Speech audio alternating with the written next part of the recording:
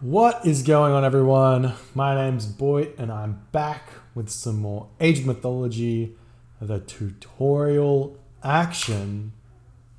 Today we are going to be doing the Isis Fast Heroic Scorpion Man, Chariot Archer, Siege Tower, Ancestors Eclipse, all in. The Fast Heroic, Timing Attack, all in. If there's something you want to realize about all of those units that make up that army, it's that they are all wood-based units. So that means that this build really allows you to continue building villages really easily. You just have to chuck everything on auto queue and the game sort of plays itself. I'm classifying this as a low/medium level build order because you have to have a little bit more economic management. You gotta, it's more about the timing of the attack rather than just accomplishing a goal. Like with the Loki build, it was you just get to the Mythic Age, you kill him. The Uranus build order is you get to the Titan Age, and that's a win condition. For this build, you got to be able to control your army well. You got to be able to kill your opponent with your attack. And beyond that, if things go wrong or the attack does a bunch of damage but doesn't quite kill him, you need to know what to do after that to continue. But for this video, I'm just going to show you a successful all-in Scorpion Man and Siege Tower, Chariot Archer, all in. So let's do it.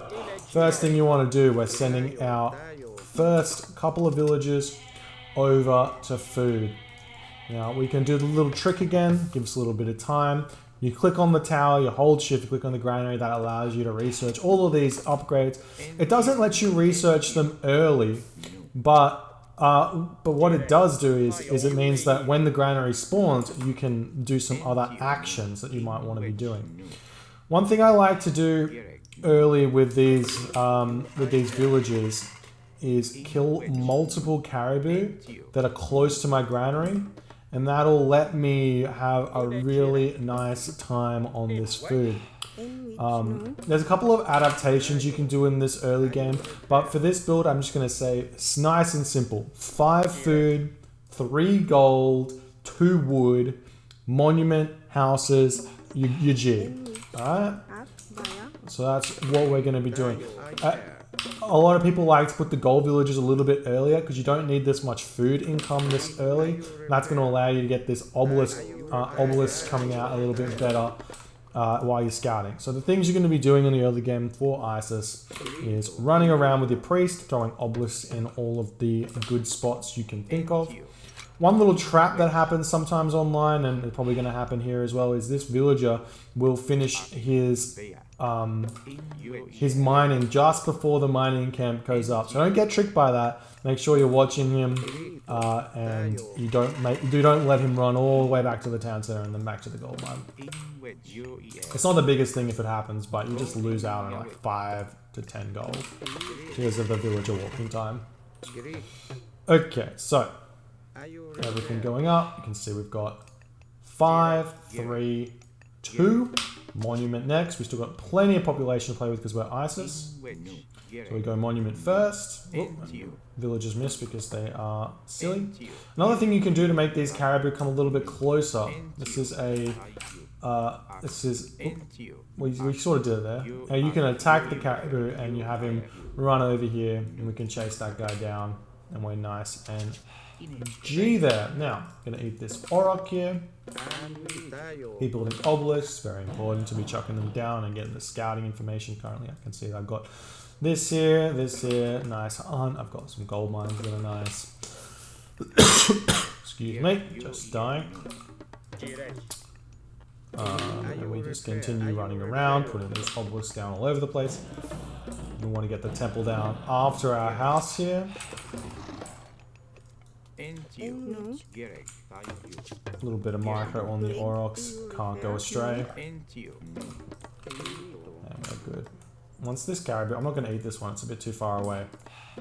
You can leave that, hopefully it'll walk closer to a back to a little spot. We're just going to walk up here to a different spot. Now, temple comes up. Now we got the resources to get pickaxe, so we're going to grab a pickaxe. It's a really good upgrade. In this build order, you want to get all of those things. Now, the next thing after this temple's going up is we want to chuck up a monument to the soldiers, right? And we can do that with a separate villager. We can probably do it with a food villager as well, right? Bonk. 2 monuments is all we need. You can actually throw the monument up before you go for this temple. I just kind of did it wrong. It's probably better to throw it up before the temple, but no real harm done there. Now, we're checking our resources here. Again, kill the caribou that are closest. 6 villages. We should be able to advance here. Now, this villager is just gonna act. You're just gonna queue up every single one of these houses all over the place. We want to be advancing now if we can. There we go. We're going through Bast because we need Eclipse, we need Ancestors. We're going to start scouting this bottom area out. Now we've got enough resources to get Flood of the Nile and also Husbandry, or when we get the gold. So we want to get both of those as well when we're advancing. This one will go back to here and should be fine. Against decent players, they're going to be pushing you off hunt. And things like that, and that's where things start to go wrong with Isis, so just be careful about that. Against an AI, you're never going to have those issues, so don't worry about too much if you're playing in the offline games. So when we hit the classical age, we're going to want to build an armory straight away with these wood villagers. That's really important because we're going to be needing to get as many resources from our villagers as possible, but we do not need wood. We got all the wood upgrades we need so far, so just be sure to get that one coming. Probably gonna, or actually we can probably go over and eat that caribou now. There's probably enough food there. The armory. Sphinx can scout around as well, or be raiding villagers is another option. Every single villager that comes out of our town center right now is going to be going to this armory here. I'm about to run out of food here as well, which is a bit sad. But what can you do? You can go over and eat this. Yeah, I think we'll be okay. Come over here. And we're good to go.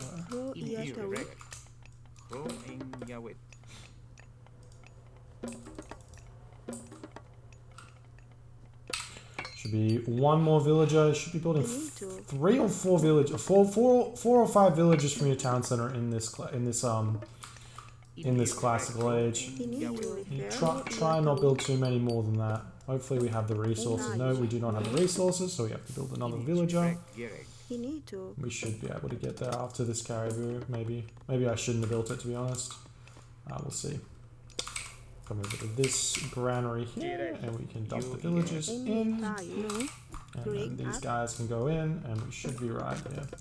Okay, now we want to put every single villager over onto wood. Move our pharaoh over to our gold. Cast prosperity. I should have left my pharaoh in my base. That was a mistake.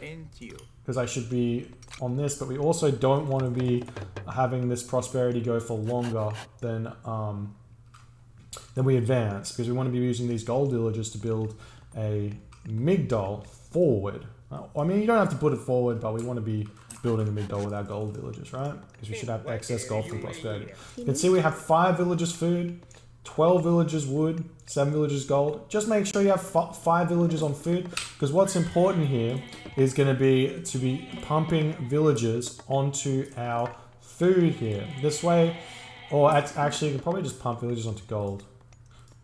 Maybe onto gold is better. So when this prosperity is up, we're going to get these villagers, dump the gold. I think I'm just going to do this as if we're not moving forward with the migdol.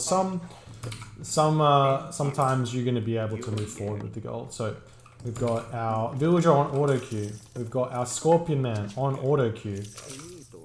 We've got our sphinx over here, right? Everything chilling. We can be raiding these things because this is what the obelisks are good for, right? Then we get this Migdola, we put our chariot archers on auto queue. Pharaoh is going to also empower this. These villagers back over onto gold because we're going to need it. Chariot archers, auto queue. Right. You can see how this build works. We've got a lot of resources in the bank to be spending right now. So these chariot archers are going to come out like a ton of bricks. You can also grab this, add some wet if you're finding you're short on wood, but I'm actually not going to be grabbing it because I want to get more scorpion men. And now we go siege towers on auto queue. And we are waiting for at least 2 before we go. We want at least two siege towers. I think we should be right to be getting this next siege tower as well, right? This villager can probably just go over onto gold as well. Right. Waiting for that last siege, or that second siege. You can see if I was forward with this, if I'd moved my villagers forward, that'd be really good to go right now. And he's actually going to be making it easy for me as well. So siege tower. I saw him over there and I want to go and kill him. Probably over those back food there. Now the follow-up to this strategy is town centers, and you can see how my food is starting to float and my gold's starting to float. So I can take some of these villages now and come over and get this town center. Get this town center. There we go. What are you guys doing? Little fight here. I'm going to easily win this. Easily. No problems there. At this point, when you're getting the second town center, you should start putting more villagers on food because you need them. Oh, I lost my space. Okay.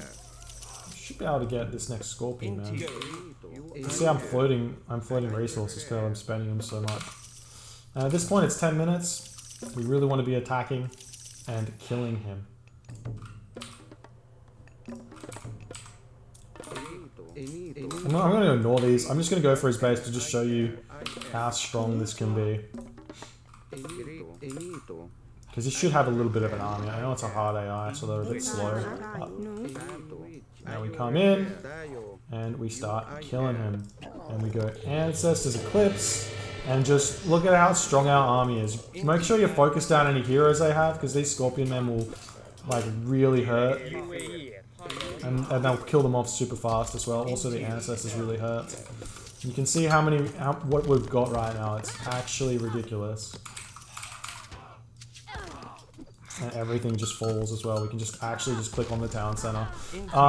So where this build works really well is when your opponent goes for like a 2 town center play, especially if they build a forward town center, because then you can just attack that and you get a really big advantage. So now we grab the next town center as well when we get the resources. We should put these villagers onto auto queue as well.